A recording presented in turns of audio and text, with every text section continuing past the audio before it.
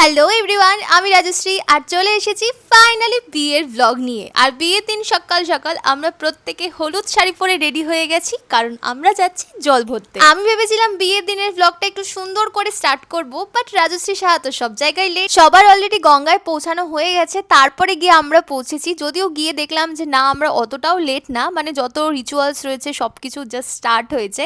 তো এখানে পিসি মা গঙ্গাকে নিমন্ত্রণ করছে, তারপরে কলসির মধ্যে জল ভরছে। আমাদের বাঙালির বিয়েতে এত রিচুয়ালস যেগুলো সত্যি দেখার মতন হয়। তো এখানে জল ভরা হয়ে গেছে, এবার আমরা আবার বাড়িতে ফিরে যাব। যেহেতু সবার একটু পায়ের ব্যথার সমস্যা আছে, যার কারণে টোটোর ব্যবস্থা করা হয়েছে, তাই বাজনা আগে আসছে আর সবাই পেছনে রয়েছে টোটোতে। এদেরকে দেখে কেউ বলবে এদের যে পায়ে ব্যথা, হাঁটুর ব্যথা।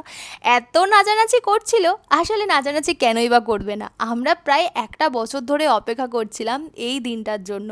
মানে যবে থেকে শুনেছি যে দাদার বিয়ে, তবে থেকে আমরা ওয়েট করছি কবে ডেট ফিক্সড হবে। আর যেই দিন ডেট ফিক্সড হয়েছে সেদিন থেকে আমরা প্ল্যান করছিলাম যে কিভাবে সাজবো, কি শাড়ি পরবো, কে কিরকমভাবে সাজবে। ফাইনালি সেই দিনটা যখন এসেছে, আমরা আনন্দ করবো না তো কে করবে? তো এখানে দেখো আমার দুই পিসি, আমার 3 দিদি, আমার মা, সবাই কত আনন্দ করছে।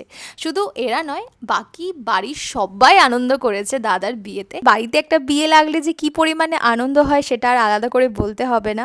তো তাই সবাই মিলে আমরা আনন্দ করেছি। তারপরে গায়ে হলুদ দেওয়া স্টার্ট হলো। এখানে বড়রা সবাই দাদাকে হলুদ মাখাচ্ছে, আর তারপরে আমরা হলুদ মাখালাম, মানে ভালো করে একদম একটু আদ্র হলুদ আমরাও মেখে নিয়েছি। মানে এটা তো করতে হয়, তাই না? একটু গালে হলুদ না লাগালে হয়?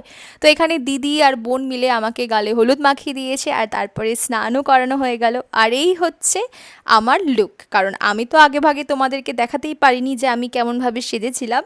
তো অবশেষে দেখাতে পারলাম।